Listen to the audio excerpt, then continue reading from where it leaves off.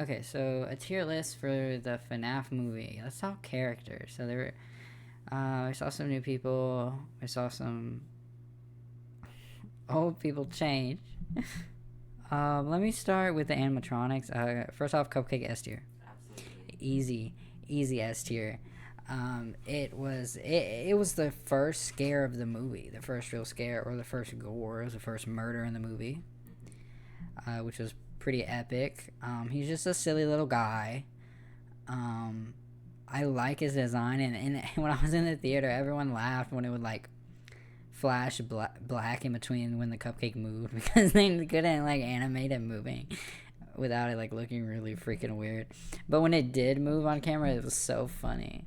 Like it was funny, but it was also scary. Like if a cupcake was coming at you like that, you would be terrified. So that's easy. Actually, the rest of these are hard. Freddy. I liked Freddy. He seemed sweet, and okay. As Freddy or as the child, I feel like there's different feelings about that. Because he did seem to be. He was the ringleader of the kids. Freddy, yeah. Freddy seemed to be a bit of almost a little bit like evil, trying to take Abby. But I know they're just kids and they don't really like comprehend like what they were asking, and they're victims. That being said, as a character, he was good. I liked him that he had some extra. He actually had dialogue, which was nice. Bonnie. Bonnie is B tier. I feel a little positive towards them because I feel positive towards all the animatronics because they were really cute when they were playing with Abby. But Bonnie, there was just nothing like, not much to his character in terms of like, it wasn't talking or really, he wasn't doing much. It was dope when he killed that guy in the closet though, but that's why Freddy's up here, because he like chomped a bitch in half, which was like epic. We could rate them based off their kills too. Chica deserves S tier. Why? Because I guess that's technically a cupcake kill. But she scared the shit out of that guy in the kitchen. Okay. Don't you dare put No, let me explain. I'm gonna move her. Okay. You're ruining my YouTube video. Okay, I'm sorry. Okay. So, at first thinking about her, I wasn't really impressed with her character. I mean, she did try to put Abby in the Springlock suit, which was sad. Yeah, that was messed up. But I liked how she employed the cupcake. I like how she like used it as a weapon. Like, it was funny when she put it in the air vent. That was cool. But I don't know if she's quite on the level of the cupcake. It looks about right to me. I might change that up. Foxy. I like the scene where the kid went in the curtains and then came out as Foxy. Yeah. So, probably the same place as Bonnie. I might even put Bonnie down a little bit. He just didn't do much. For like such a favorite, like he kind of just, there wasn't a lot that he did. But yeah, like my roommate mentioned, it was cool when the kid like stepped back behind the curtains and Foxy came out. Like that was cool imagery. So I like that. Okay, now we can actually talk. Actually, this guy S tier. He was funny. I like. If you can't tell who this is, I couldn't find a picture from the actual movie, but this is the lawyer guy, Doug. That just like looked uncomfortable all the time. I just liked his face. And in relation to that, the aunt, F tier. Hated her. F tier. Like even as like talking about like characters, even as a bad character that you're not supposed to like, she wasn't even fleshed out. Like I didn't understand where she was coming from. Like I didn't really get her intentions. Like, why doesn't she like Michael? Like, what did he do? And why is she trying to get Abby so bad? It feels like she doesn't like kids. So, like, I don't really understand where that's coming from. I don't really understand her motives. And, like, mentioning that, like, she wished that they could kill Michael, like, that seemed so far out there. I didn't really understand that. It's like, even, I know you're not supposed to like her, but even just from a character building standpoint, I just didn't really like this character, how they made her. Abby, I could put Abby in B tier, honestly. Like, I liked her, but I feel like also we didn't see much of her. Like, I don't feel like we got that much from her. Like, half the time she was, like, quiet. I don't know. What do you think? I think she was creepy. You think Abby was creepy? Yeah. Just a little bit. But I think when she was playing with the animatronics, it was super cool. Yeah, I liked seeing her play with the animatronics. I might rearrange this whole thing. You got to get a feel for, like, a baseline. And I don't know who the baseline is for me yet. Bonnie should probably be a baseline. I don't know. Okay. So Vanessa. Was not a fan of Vanessa in this either. I just she kind of fell out of nowhere a little bit, and we didn't see much into her either. Kind of, she's kind of cryptic. I don't. It's not really understood like why she was helping her dad at all originally. Really, I mean, I guess he's a threat, but you know. And then it's also not really explained why she changed her mind. She didn't have like a heart-to-heart moment where she's like, "You guys deserve to live," kind of situation, or where she changed. I didn't really see that impactful like change to her character where she goes from being submissive to her dad and then actually like coming through and helping them. I remember them briefly talking, like briefly, like when she showed up, she told Abby like, "I gotta help your brother," but that's like, I don't remember it being any like a big deal. Michael Afton. Not Michael Afton. I mean, Mike Schmidt. Everybody. I liked him. Hot take. I feel like everyone in this movie could have been fleshed out better. I don't even know what I was there for almost 2 hours, and I'm not sure what happened. To be honest with you, It was a little shallow. it was shallow. It felt incredibly shallow. That might be on purpose. I don't know if that's on purpose. I feel like most of the major plot points happened off screen. Yeah, I think because I know Blumhouse makes really good movies. I never complain about Blumhouse films. So I'm wondering if Scott just had a heavier hand than they did in producing this, or I think maybe it's possible they butt heads, and then no one got what they wanted, and then it just. I don't know Scott's opinion on the movie. I don't know how he feels about it. And again, I do want to say this that. He could be brilliant, and I'm just not seeing the vision. That's very possible. Like, maybe the next movie will, like, make all this seem, like, so reasonable. So I'm not trying to, like, tear him down. That's just what I'm observing as someone who watches a lot of movies, likes movies, and creates characters as a writer. So, yeah, we're not really fleshed out, but for what he was, I liked him. I mean... Just him like trying to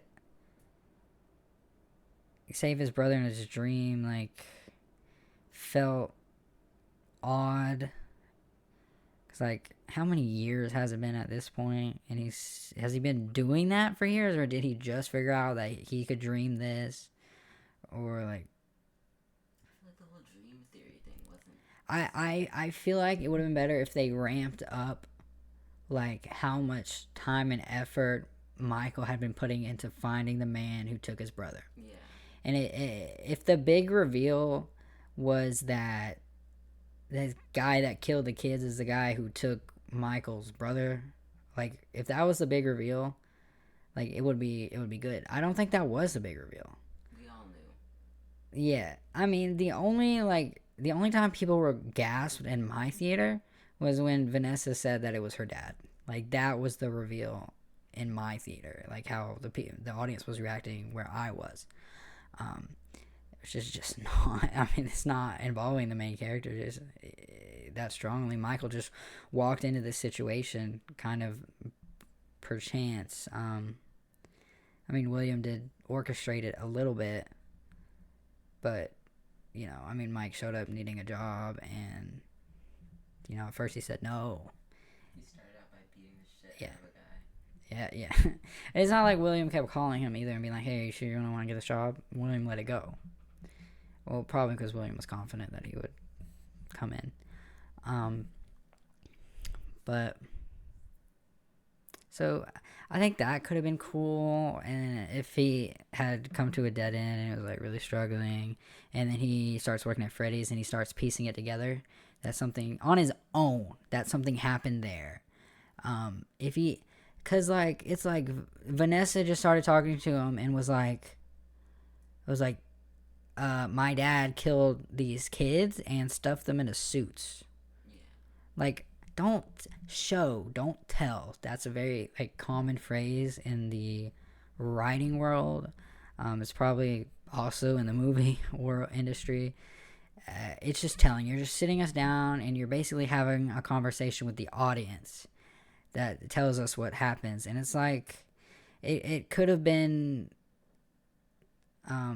it just could have been better than that. It could have been cooler. I would have loved, like, I would, if I had the skills, if I could animate, I would love to like remake this movie in a way that I think would suit it better. I'm wondering if maybe just Scott, he makes good games. Like, yeah, I love his games. Like they're cool, but I'm not sure that he knows how to make a movie. Is what I'm worried about.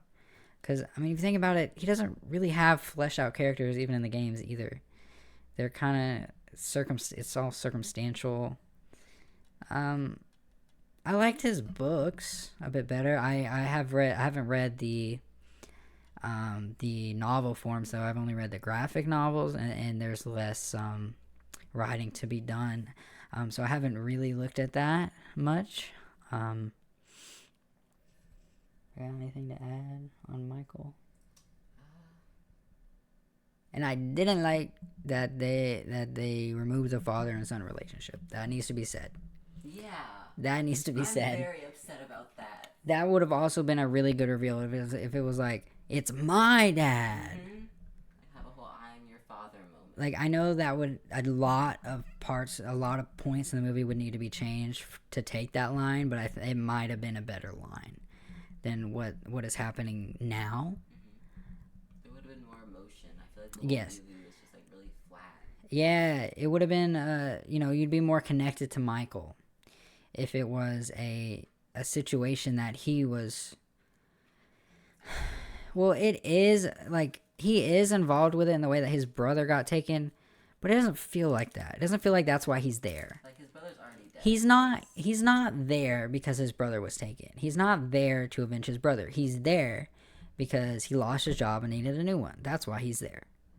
And William for some decided to lure him in. And it might have been more interesting if through someone else or using a different face, William lured him in, because it's like, that's my son and he's done some things I'm not happy about, so I'm just gonna kill his ass. Like that would have been cool. Mm-hmm. And Vanessa just didn't need to be there. Michael Afton is a fan favorite, and we didn't get him. Yeah, we didn't. Michael Afton was not in this movie. All intents and purposes, he was not there. Mike Schmidt was, whoever that is. Abby Schmidt. Yeah, the whole movie just, like my roommate said that you probably didn't hear, it's flat. The movie was flat. It wasn't emotional. That's what makes a movie good, in my opinion. Like, yes, you can have things like really good quality. But, I mean, think about your favorite movie. Like, is it from post 2020? Or is it an older movie that is close to your heart? That is kind of old, maybe even found on VHS. You know, those of us my age and older might have a favorite film that is older, you know, or like you think of the classics like Jaws and The Shining, and these are horror movies too. They're older. It's not about quality. It's about the emotions. It's about how connected you feel to the movie, and you don't feel connected to this movie. I don't think this was the case, but it almost feels like that they're relying on that. They have a very passionate fan base, and they're already going to be emotionally invested walking into the movie. But you can't make a movie and rely on the viewers. Your movie has to be able to stand alone as a good film. It has to be shown to a stranger and enjoyed. If it's just fan service, this isn't fan service. There were a couple points in there that fans liked, which was necessary. That's just how Scott does things. Like cameos and jokes, he does that. But to be fan service, I think it would have had to follow the games closer if it was really going that way, or anything, or to have our favorite character, the character we're used to playing as, had to have more familiar names. Steve Raglan, what was that about? Was he also? You can't legally change your name if you have something that you're hiding from. By the way, I don't know the complete logistics of that. It depends on the state that you're in. But I changed my name legally. You have to go before a judge and say that you're not changing your name in order to avoid like the law or anything that you've done wrong, basically. Especially if you're changing your last name. You have to do it if it's only your first name, but especially your last name, because I mean, there's not a lot of good reasons to change your last name. You know, I guess if you're trying to hide from like if you're an abusive family, but if it's just you and you're just changing your name, it's like, and you know, he changed his name to get away from all the idea that he was a murderer, as some people were suspicious of him. Well, it's actually not said if people suspected him or not in the movie. But why else would he change his name? Like, maybe he just wanted to feel safe outside of that. And we also don't know his role in the movie. Did he own the place? Was he just an employee? That's not explained either. And so we have to wonder, how did he get from where he was to where he is? He works as a career counselor. Like, that's such a strange. Did he just pick that up to funnel people into Freddy's, or is it a passion of his? I mean, where did it come from? You know. Okay, the man, the myth, the legend himself, the one who never dies, William Afton. Oh, that was also a big moment where the theater kind of went crazy. Was William Afton's reveal? I think they did that really well. When it said his name? Yeah, and when Spring Bonnie showed up. Yeah. Okay. So yeah, we're including William as Spring Bonnie as the same guy, same character, because I mean it's the same guy. Yeah, we're just gonna make it the same guy. So, yeah, his reveal on screen was great. It was cool. How just, and kudos to the actor who played Michael. I think it was John Hutchinson. Is that it? Not John. What's his name? Is it a name? Is it John? Josh. It's Josh. Josh Hutchinson. I think. Am I making that up? Hold on. Josh. Okay. Josh Hutcherson. That guy. The actor. I liked how afraid Michael was when Spring Bonnie showed up, I felt something there. It was rare that I felt a, not negative, but an emotion besides like amusement. When I felt an emotion like sadness or fear or like a connection that was not based on humor. That's like the first time I felt that in that movie. So the reveal was cool. I just wanted emphasis on that Spring Bonnie was different than the other animatronics. That there was a man in there. That there was something to really be afraid of. Besides kind of these shells that are mildly possessed and not very mobile. I don't understand how they got back up after they fell down or after they got down on the fort. Not really sure what happened there. So that was cool. His presence as Spring Bonnie in the suit, I liked some of it. I didn't like other parts.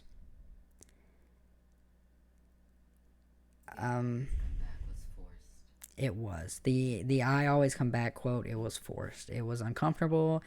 I mentioned this earlier, and I do not like that there was a sheath on the knife. That just makes no sense to me. First of all, it just doesn't make sense, because why would you have a sheath on a knife that you're just pulling from nowhere, and you can't even cut your hands because there's stuff on his hand. Like, what is the point of that? That's just in the life or death situation. Like, if he's fighting someone, he doesn't want to have a sheathed knife hanging around. And it was just cringe. I just hated it. I hate the focus on his hands because they look terrible. No hate to Jim Henson's Creature Shop. I love their work. I love their monsters. It's a difficult task to build something that a man can be inside of. But it pulled me so far out of the scene. It just felt so cringe. He was like, it was terrible. And again, not much to his character. Like, there was this big reveal. It didn't feel like anything. He had 2 scenes as Steve Raglan, one of which he was just over the phone. Very brief conversation. So when I was like, oh my god, it's that guy.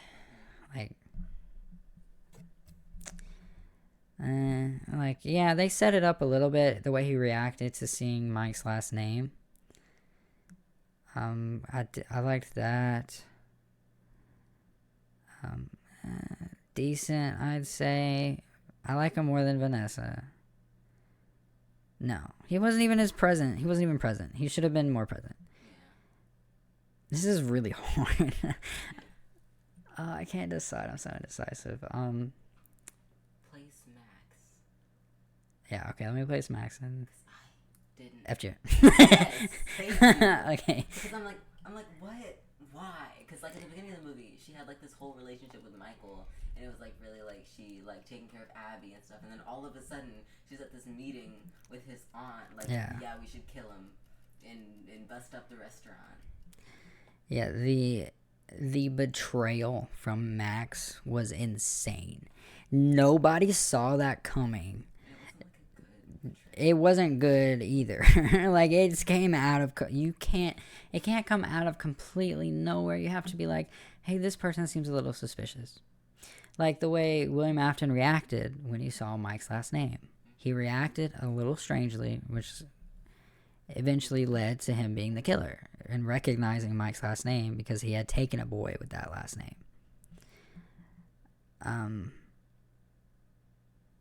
That kind of reminds me, the intro is great for the movie. I love that. The pixel of Spring Bonnie taking kids, that was really cool. More than we ever got in the games. What was I talking about? Max, yeah.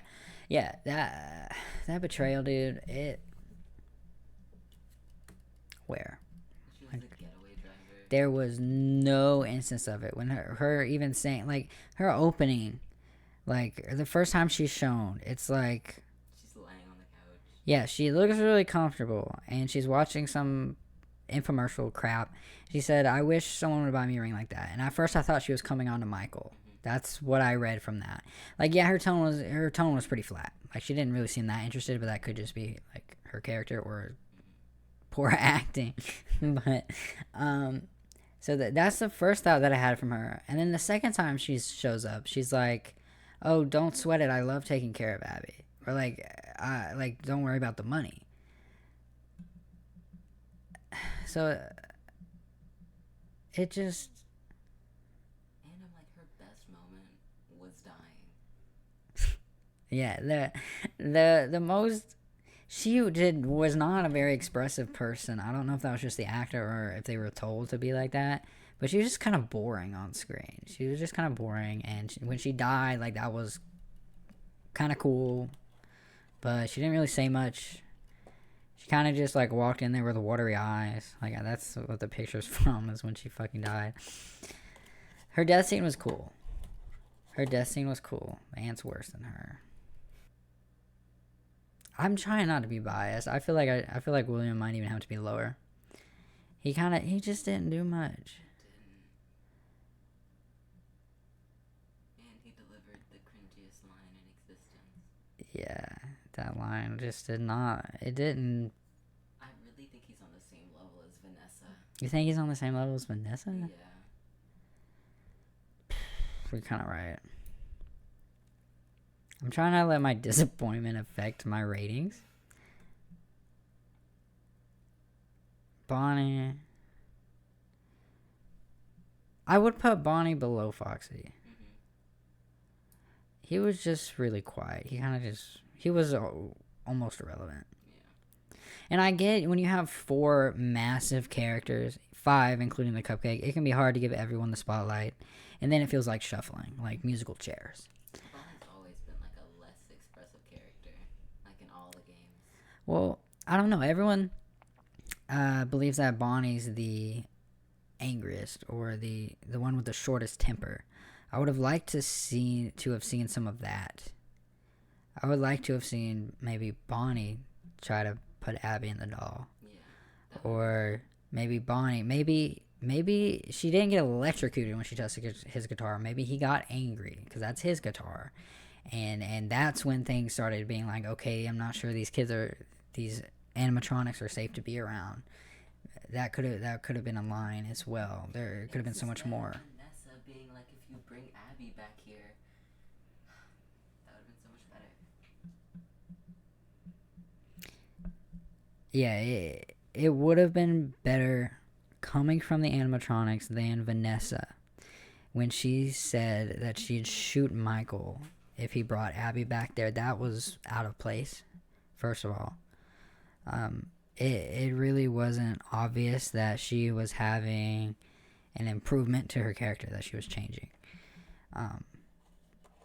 You can usually tell when someone is switching sides.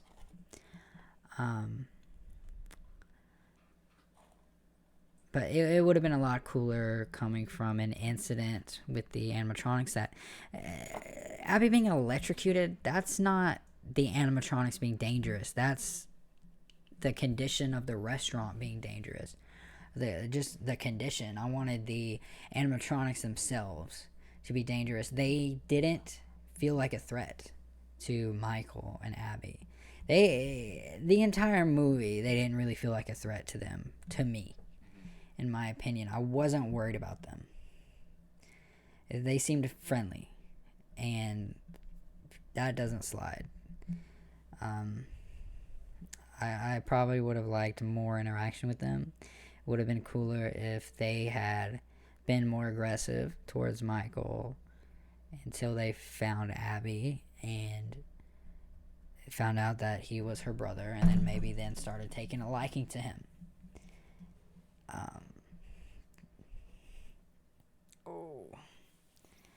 That would have been more efficient and more entertaining. So overall, I think that's about where I would put the characters. It's kind of tough because there's not a lot of substance. I'm putting, there's a few characters that they are still shallow, but what is shown about them I can easily love or hate. Like the polar ends of this tier list are people who just had no background, few lines. You know, like the lawyer. So like I don't know, no one probably even remembers his name. I didn't remember his name. I had to look it up. He was just amusing. I liked his face. And the aunt, don't know anything about her motives. Don't know why she's doing what she's doing, but she's on the bottom. So you should feel things for the. There shouldn't be this many characters like in the middle like this, and they're in the middle because I just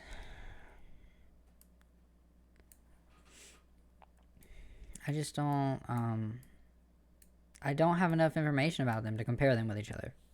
There's not enough going on. I can't take their personality traits or their expression and really apply it too much. I mean, I can tear down Vanessa, but that's about it. And I understand not the animatronics themselves not having character. I'm not complaining about that at all. I understand. I think they might have even put just enough, just the right amount of character into them. I like that there was a ringleader instead of the children taking turns expressing themselves. I saw this movie at 10:45 p.m. tonight. It is now almost 4:45 a.m. I'm tired. My brain has been using its brain for too long. And I need to go. I know I'm going to have more thoughts about this as soon as I stop recording. But that's all I have for now, I think. And I think that's good enough. And so thanks for watching. I'm looking forward to hearing more of the community's opinions on this from people coming from looking at it from like a movie buff perspective, but also looking at it from a fan perspective.